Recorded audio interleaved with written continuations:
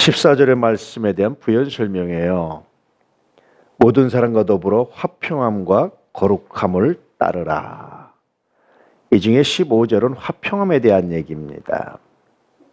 어떻게 하면 화평함을 만들 수 있느냐, 어떻게 하면 화평함을 따를 수 있느냐라고 말할 때 은혜에 이르지 못하는 자가 없도록 하라라는 거죠. 어떤 말입니까, 여러분? 모든 일을 은혜로 해야 된다는 거예요. 따지고 옳고 그름 따지고 내 주장을 얘기하고 내 생각을 말하기 시작하면 화평이 깨지는 거예요. 은혜는 뭐예요? 은혜는 구원받는데 지장 없으면 앞에 리더를 따라가 주는 거예요. 이것이 그렇게 크게 천국 가고 지옥 가는 이런 중요한 문제가 아니면 인정해 주는 거예요. 왜냐하면 우리가 하나님의 은혜를 구원받았기 때문에 이 은혜가 우리에게 헛되지 않아서 우리도 그런 은혜를 베푸는 거죠. 값없이 베푸는 호의가 은혜거든요. 서로 그렇게 해야 은혜가 되고 화평함이 되는 것이지, 이걸 일일이 따져서 자기 생각을 말하기 시작하면 은혜가 깨지고 화평이 깨집니다. 결국은 일을 하는 데 있어서 내 생각을 좀 포기하는 게 좋습니다. 나의 옳음을 포기하는 게 좋습니다 라는 그런 권면이에요. 나의 옳음을 지나치게 주장하게 되면 늘 뭐가 깨집니까? 화평이 깨질 수밖에 없어요. 말도 어떻게 하라고 그랬죠? 옳은 말을 덕스럽게. 특별히 나의 주장을 이야기할 때 나의 옳음을 벗어나야 돼요. 나의 옳음이 항상 옳은 게 아닙니다. 내 경험상 옳은 것이 항상 옳은 것이 아니에요. 이것이 화평을 깹니다. 결혼할 때요, 대부분 결혼할 때 너무 힘들어해요. 젊은 아이들 얘기 들으면 결혼하는 게 너무너무 힘들대요. 저도 결혼할 때 그런 약간의 갈등이 있었던 것 같아요. 당사자들은 문제가 안 돼요. 누가 문제가 됩니까? 양가의 부모님들이 문제가 돼요. 물론 다 그런 건 아니에요. 많은 경우에. 당사자들은 서로 사랑하기 때문에 이해하고 관용하고 서로 봐주고 그래요. 근데 부모들은 사랑하는 게 아니라 뭡니까? 냉철한 계산을 하잖아요. 이 사랑과 계산 사이에서 상처받는 것들은 자녀들이에요.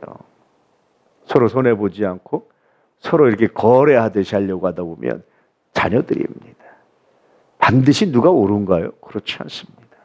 한복을 입어야 되느냐 말아야 되느냐, 그건 중요한 게 아니에요. 결혼식을 행복하게, 아이들이 행복하게 사는 게 중요하지 뭐가 그렇게 중요하겠어요. 이걸 이래야 되느냐 저래야 되느냐 뭐가 그렇게 중요하겠어요. 아이들이 행복하게 은혜 가운데 못 떨어지게 살아가는 게 중요하지. 교회도 마찬가지입니다, 여러분. 뭐 그게 그렇게 중요하겠어요. 죽고 사는 문제 별로 없어요. 이단에 빠지는 거 아니면 웬만하면 따지거나 주장하지 말고 함께 따라주는 것이, 그것이 은혜고 그것이 화평함을 이루는 길입니다 라고 말해주고 있어요. 왜 하나님이 리더를 세워놓으셨겠어요?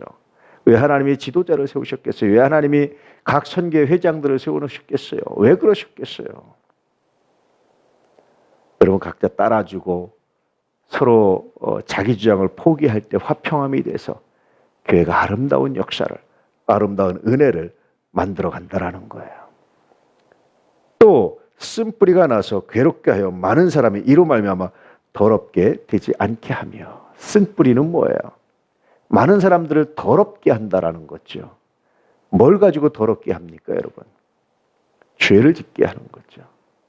교회를 어떤 사람들은 자기 기업에, 사업에 이용하는 사람들이 있어요. 이것은 교회를 더럽게 하는 거예요. 어떤 사람들은 자기 이익에 이용하는 사람들이 있어요. 이것도 교회를 더럽게 하는 겁니다. 이런 것들을 미리 방비하시오.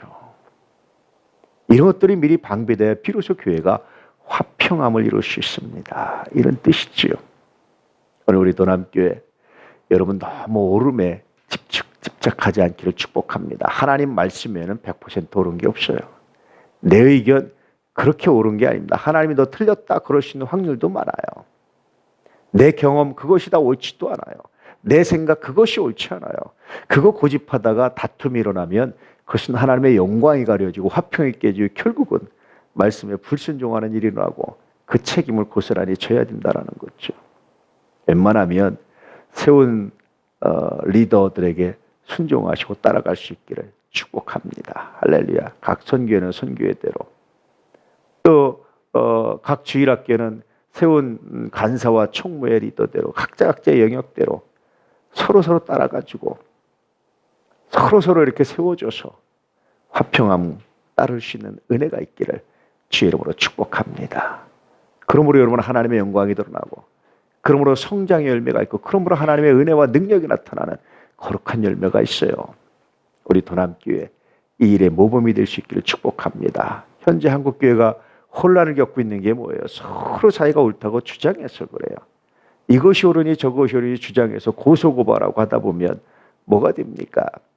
교회가 화평이 깨지고 세상에 손가락질 받고 전도가 막히고 하나님의 영광이 가려지고 그러잖아요.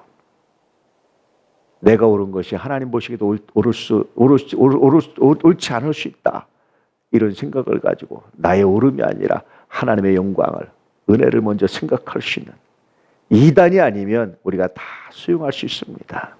이런 마음의 자세를 가지고 살아갈 수 있는, 그렇게 하나님을 섬기고 교회를 사랑할 수 있는 우리 도난 가족들 될 수 있기를 주의 이름으로 축복합니다. 오늘 이 새벽을 드린 여러분 모두를 축복합니다.